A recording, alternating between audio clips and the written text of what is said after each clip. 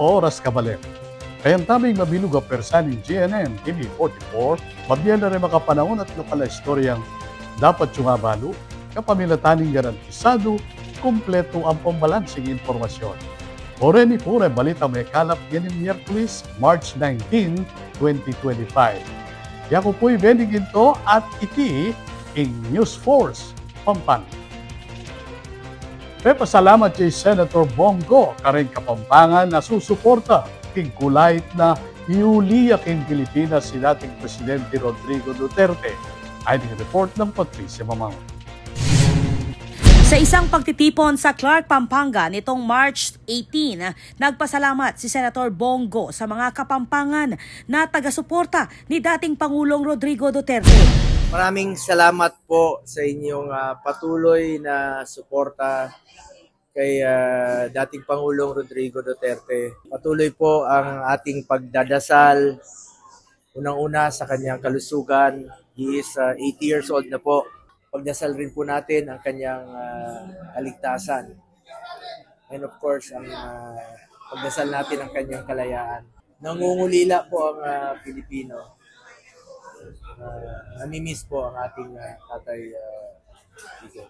Ang mga taga-suportang ito ay naglunsad ng iba't ibang motorcade at vigil rally na nananawagan na ibalik sa bansa ang dating Pangulo na kasalukuyang nasa The Hague, Netherlands upang humarap sa pagdinig ng International Criminal Court o ICC kaugnay ng kanyang kampanya laban sa iligal na droga. Sa kanyang mensahe, binigyang diinigo ang kahalagahan ng pagkakaisa at patuloy na suporta ng mga Pilipino para kay Duterte. Pinuri niya ang mga nagsagawa ng mga aktibidad upang ipahayag ang kanilang pagmamahal at suporta sa dating Pangulo. Samantala, bago makaalis sa bansa si Duterte, may habilin daw ito kay Senator Bongo. Bago siya umalis, nakausap po kami sa telepono. Sabi niya, I'm okay, unahin mo muna ang pagsiservisyo sa kapwa Pilipino. Yan naman ang parati niya pinagbibilin sa akin noon pa. Unahin ang interes ng bayan, unahin ang interes ng Pilipino, lalong-lalo na po yung mga mahihirap nating kababayan. At hindi ko po yun nalilimutan. Sa kabila ng mga kontrobersya, nananatiling matatag ang suporta ng mga taga-suporta ni Duterte na patuloy na nananawagan sa ICC na ibalik ang dating Pangulo sa Pilipinas upang harapin ang mga kaso laban sa kanya sa sariling hukuman ng bansa. Ako po, Patricia Mamangon para King News Force, Pampanga. Balitang tutuking balen, susunod. Mamasala ng Supreme Court na alalang tinggap ang petisyon manyaws king resignation ng Presidente Ferdinand Marcos Jr. Ay report ng Patricia Mamangon. Binalmaya ing Korte Suprema kareng kakalat a peking impormasyon online dikil king pamananggap da kanong petisyon ako kulait king resignation na kanong Presidente Ferdinand Bongbong Marcos Jr. King pepalwala pa siyag ning Office of the Spokesperson ning Supreme Court o SC, sinabi dang fabricated documents lareng pinost kareng pilang Facebook accounts dikil king 16 million na signature o pirma ang magpetisyon king resignation ng Presidente Marcos. King statement, yakano tuto, ingamanwang dokumento. Mamasala na mo naman ng Korte Suprema na alang katutuan ng may banggit king post na magpulong lakanureng opisyal ng SC bang pisabyan niya ingamanwa na petisyon. Ako po, Patricia Mamangon para King News Force, Pampanga. Balitang tutuking balen, susuyo. Karapatan na rin kebabaynan isentro ng kapihan at balitaan sa Pampanga ng kapisanan ng mga broadcaster ng Pilipinas, KBP Pampanga Chapter. Ay report ng Patricia Mamang. King pamagmasusi king bulan na rin kebabaynan, pesinayanin ng kapisanan ng mga broadcaster ng Pilipinas o KBP Pampanga Chapter ing kapihan at balitaan sa Pampanga. Keti king Green Manor, San Fernando, Pampanga, inyang March 18, 2025. Bisita king programa y Atty. Karen Guevara, amigit 15 banwa ng abogado at dating presidente ning Zonta Club, Pampanga. Tema keti, Women and the Law, a Women's Month talk on the laws protecting Filipinas. Nung ka rin, dinikdik ng Atty. Guevara, ring maulagang batas alayong protektan at isulong ang karapatan dareng kebabay ng Pilipino. Dinitali na lang Atty. Guevara, ring pilan kareng batas sa mamye proteksyon kareng babayi. Kabilang in Republic Act 9262 o Anti-Violence Against Women and Their Children Act of 2004. Ing batas sa mamye proteksyon kareng kebabaynan at king karelang anak laban king nanumang klase ning pamanabuso.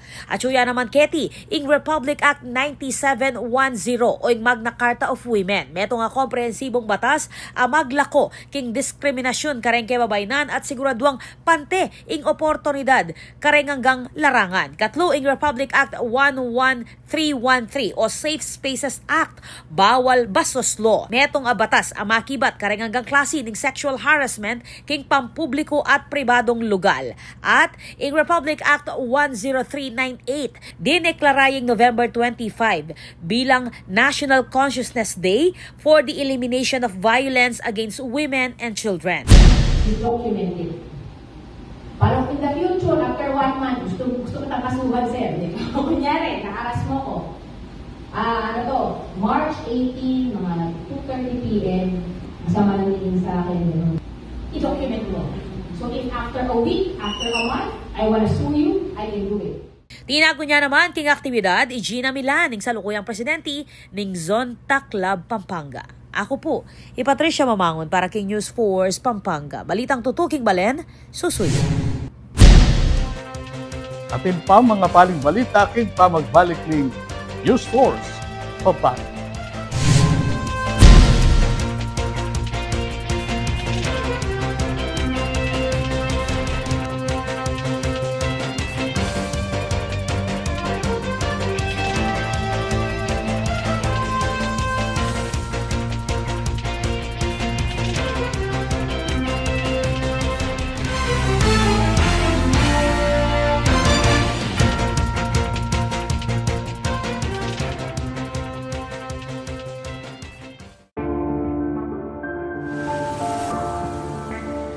Sabi nila, wala ka daw ginawa nung nakaupo ka sa Senado.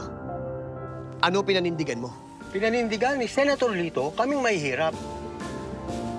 Binigyan niya kami ng libreng tulong legal para umunlad. Gagawin ko ang lahat para magbayad sila. Kot! Ang sabi nila, artista ka lang.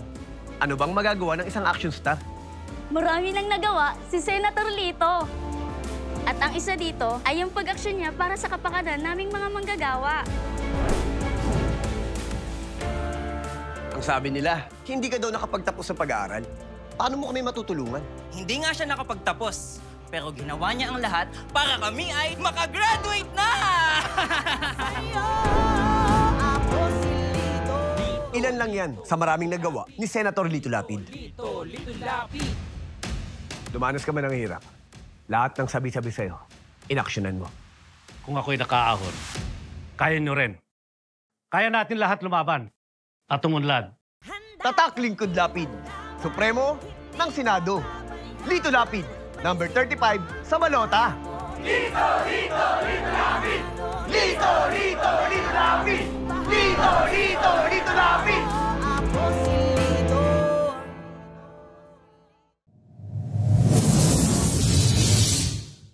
Panandamaning El Nino. Kung toro papali o mitatasing temperatura, daragul mo naman ing pamangailangan king kuryente. King daragula demand king kuryente asang kaning paning pamangamit kareng appliances kalupaning aircon, freezer at refrigerator. Asahan tamo naman na siguradong tuki ing kimot ning presyo ning kuryente amani batan king wholesale electricity spot market. Inya naman papaganakan ning Sfelapco kareng hanggang consumers ing paniguradong pamagbayo ning konsumo at presyo ning kuryente balang kilowatt hour. Manatiling makayantabe king kaya kaming Facebook page para kareng latest advisory. Beto nga paganaka, ibat king Sfelapco. Ako ay isang Anghelenyo. May determinasyon at dedikasyon sa bawat aksyon. Masipag, tapat at handang maglingkod. Sa oras na dapat. makatao at may paninindigan. Malikhain at may inisyatiba. May puso para sa masa, handang protektahan ang kapaligiran. Para sa kinabukasan. Ako ay isang Anghelenyo. Ako ay isang Anghelenyo. Ako ay isang Anghelenyo. Ako ay isang Anghelenyo. Ako ay isang Anghelenyo. Handa ako para sa lungsod. Buong pusong maglilingkod sa inyo.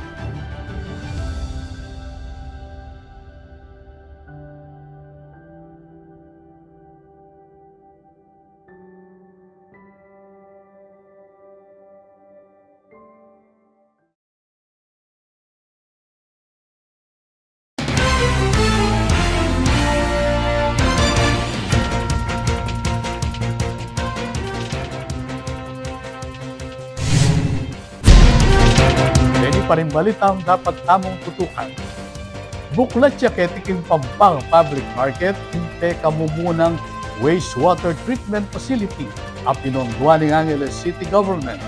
Silipan tayong inspeksyon ng Gewa Keti King Report ng Patricia Mamang. Inspection dereng opisyal ng Angeles City Hall ang pakamumunang wastewater treatment facility ang pinonduan ng City Government ketiking Pampang Public Market. Meni muna king inspeksyon ni Executive Assistant 4 Reyna Manuel. Ing pasilidad ay dinisenyo ya banggawang malinis, safe at pasibayong agamit ing danuma wastewater ayang magpababa king water pollution iba't king palengki at makasawop king pamagtipid king danom. Kapamilataning pamananggal dareng contaminants king wastewater mababawas ing peligro ning pamangalat dareng sakit asang kaning marinatadanom. Kawani king pamaglingap king kalikasan asahan mo naman ang makasawpiti king gastos ning water consumption. Ako po, Patricia Mamangon para king News Force Pampanga. Balitang tutuking balen, susunod. Bang lakwas sa pasiklangan ng turismo at kultura king balen ng Magalang, Midyene king Magalang LGU ang planong gewa ng UST para king Heritage Plaza Redevelopment. Ay ning balita. Penimunanen ng University of Santo Tomas o UST ang seremonya ng turnover para king Heritage Plaza Redevelopment at Magalang Conservation Management Plan. Karang opisyal at department heads ng Magalang Local Government Unit. Apani muna ng Mayor Malu Paras Lacson niyang milabas sa Paruminggo. Layo ng Heritage Plaza Redevelopment Project ing apanatili at apasanting ing mabanding kultura ng balen kabang gagawang apakinabang na public spaces para karang pamitipon, turismo at aliwapang lokal na aktibidad. Kaya beking proyekto ing pamagpasanting king infrastruktura, aesthetic at operasyon ng plaza. Bang apanatili ang maulaga at makasalesayan ng lugar as sentro dareng social at cultural activities. Tinagon mo naman king seremonya din na Executive Director Eric Zerudo ng National Commission for Culture and the Arts, Tourism Officer Ryan Miranda, Department Heads at Reng Tubod, iba't king UST. Ako po, Patricia Mamangon para king News Force Pampanga. Balitang tutuking balen, susunod.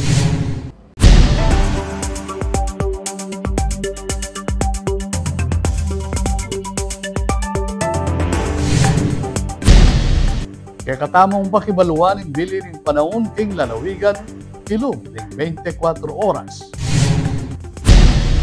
Alang bagyo o low pressure area, kilobatlual ng Philippine Area of Responsibility ag pangking pag-asa. Maluwalas at papali, malisangan na panahon ng aranasan king maragula party ng bansa, paulin na ning easterlies o mapaling angin, amanibatan king dagat Pasipiko. Paulin na niti, makipaminsan-minsan biglang pamanuran at ating kayabe, ildap at duldul.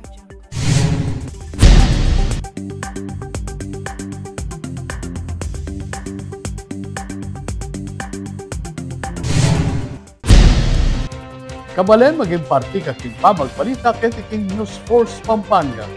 Nanumang kaganapan, isyo reklamo king kekayukal, palyari mong ikwento isumbong, kapamilatan na rin numero mayakit king kekayong screen. Palyari mo naman mag-post king kekaming Facebook account. Panalakaran ng News and Public Affairs Team ng GNN TV44, iadinan kayong mata sa kalidad ng lokal na pamagbalita bilang panatang serbisyo pa rin sa Blanca Pampanga. Ayel benyo lang erin Miyerkules, rin may kalapa istorya, ketiking probinsya. Yaku po, Benny Quinto at iti, ing News Force, Pampanga. Balitang tutu, King Balen, susunod.